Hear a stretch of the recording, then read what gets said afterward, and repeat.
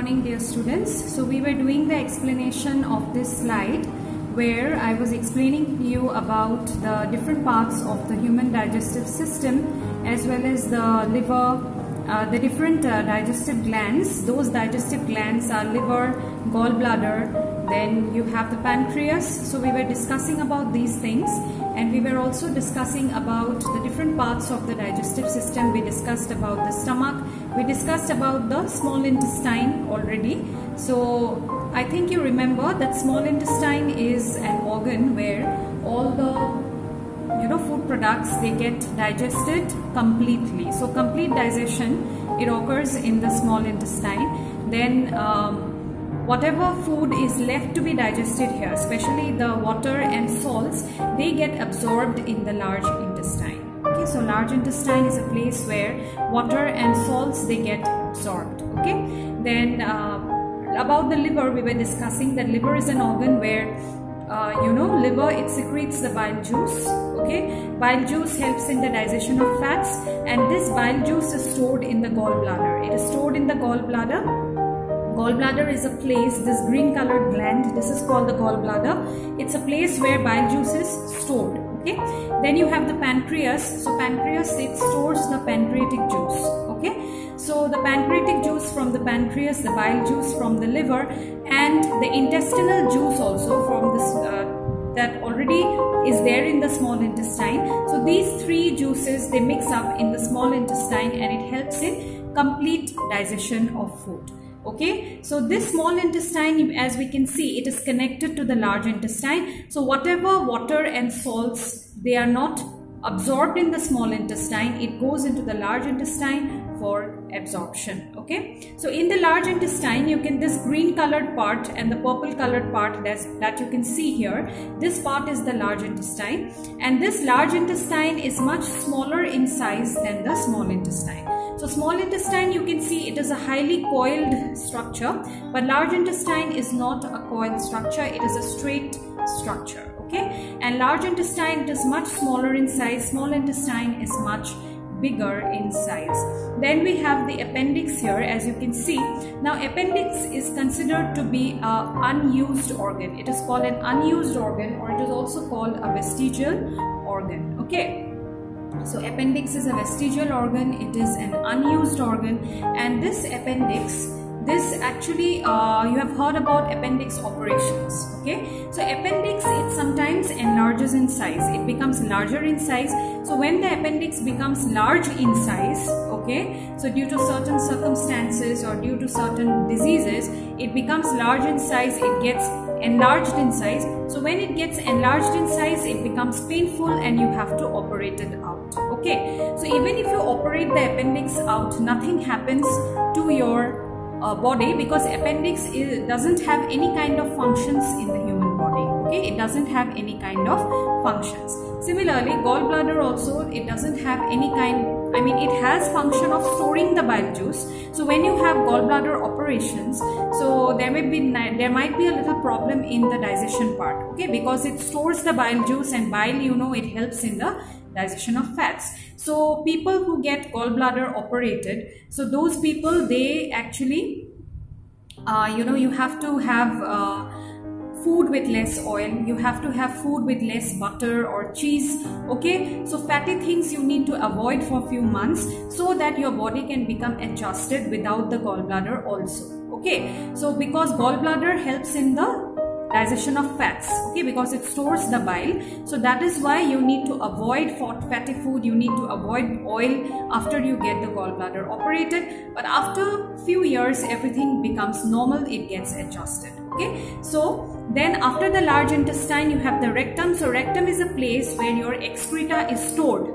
Okay, excreta is what? It is nothing but your toxic materials in your body. Okay, the toxic materials in your body which needs to be given out, that is called the excreta.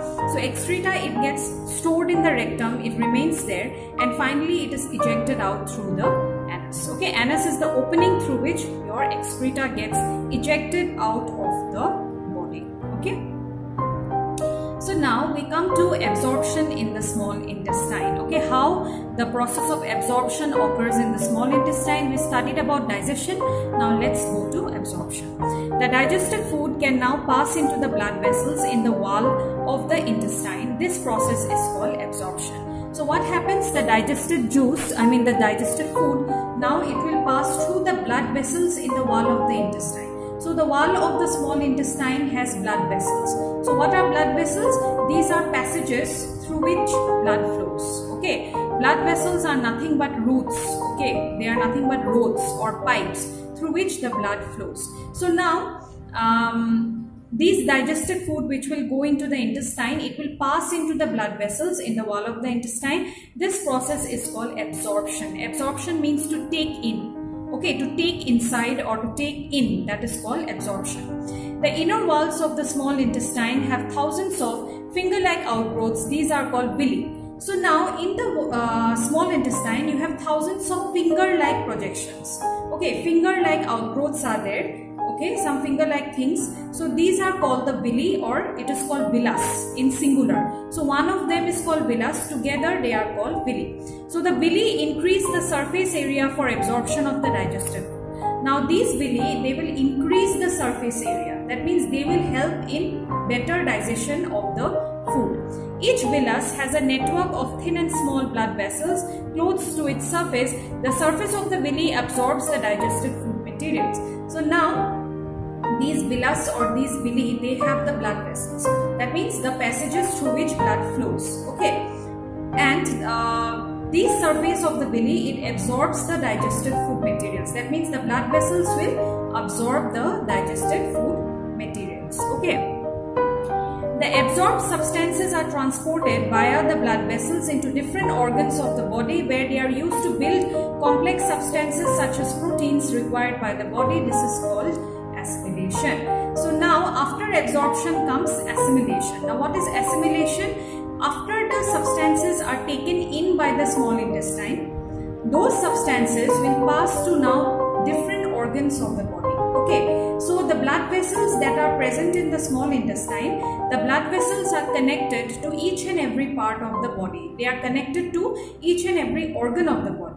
So the food, okay, they will come out through the the blood vessels, and through the blood vessels they will go to each and every organ of the body. So in that every organ of the body, they are used to build complex substances. That means the food after digestion, it is broken down into simple forms, as I told you in the last class, isn't it? Fats are broken down into fatty acids, proteins are broken down into amino acids, okay, carbohydrates are broken down into glucose. So now these amino acids, glucose, fatty acids, they will combine together to form bigger molecules. Okay, that means the glucose will combine to form carbohydrates, the amino acids will combine to form proteins, and the fatty acids will combine to form fats. Okay, so they will combine and they will form these big complex molecules where into the different organs of the body. Okay, after it the digested food goes into the each and every organ of the body.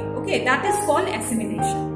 So in the cells, glucose breaks down with the help of oxygen into carbon dioxide and water, and energy is released. This is called respiration. Okay, already you have studied about respiration, that how glucose breaks down with the help of oxygen, okay, into carbon dioxide and energy into each and every cell of the body. That is called respiration or cellular respiration. The food that remains undigested and unabsorbed enters into the large intestine. So whatever is undigested, whatever is unabsorbed, okay, whatever, see, the absorbed food from the small intestine will directly go to the organs of the body where they will form proteins, carbohydrates and other complex molecules. Okay, but the food that is not absorbed, which remains unabsorbed or unutilized, it will now pass into the large intestine. Okay, am I clear? So we'll continue with the explanation in the next slides. Thank you.